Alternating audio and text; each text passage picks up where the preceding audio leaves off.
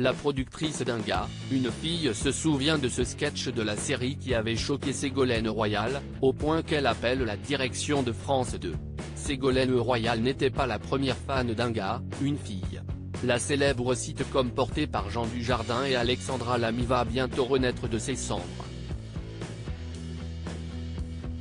En effet, les lundis 27 août et 4 septembre prochains, TF1, alors que la série était diffusée sur France 2, proposera 2 primes exceptionnelles, durant lesquelles une petite vingtaine de duos, dont Denis Brognard et Adriana Carambeu, Olivier Marchal et Alessandra Sublet ou encore Faustine Bollard et Maxime Chatham, ont accepté de se glisser dans les pantoufles de Chouchou et Loulou, afin de proposer des sketchs inédits.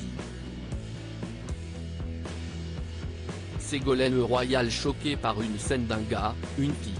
Interrogée par nos confrères de Gala à cette occasion, Isabelle Camus, l'une des productrices historiques d'un gars, une fille, révèle qu'à l'époque, entre 1999 et 2003, certains sujets abordés dans la série n'avaient pas fait l'unanimité, notamment dans la classe politique. Elle explique effectivement dans le magazine que Ségolène Royal s'était montrée très choquée par une scène dans laquelle Alexandra avait les fesses coincées dans le tambour d'une machine à laver. L'ancienne ministre avait alors appelé la patronne de France 2, Michel Cotta, pour se plaindre.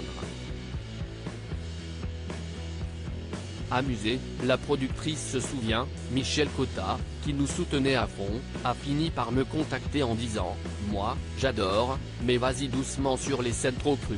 Pour qu'elle arrête de m'appeler. » Alexandra Lamy et Jean Dujardin absents des primes d'un gars, une fille. Triste nouvelle pour les fans du duo Dujardin-Lamy, les 2 acteurs, et ex-mari et femme, seront absents des primes d'un gars, une fille à la sauce TF1. Il y a quelques jours, Florence Boudot, à qui on doit ces 2 émissions, avouait pourtant à Télé 7 jours avoir tout tenté pour qu'il fasse une apparition. Nous les avons contactés à 3 reprises.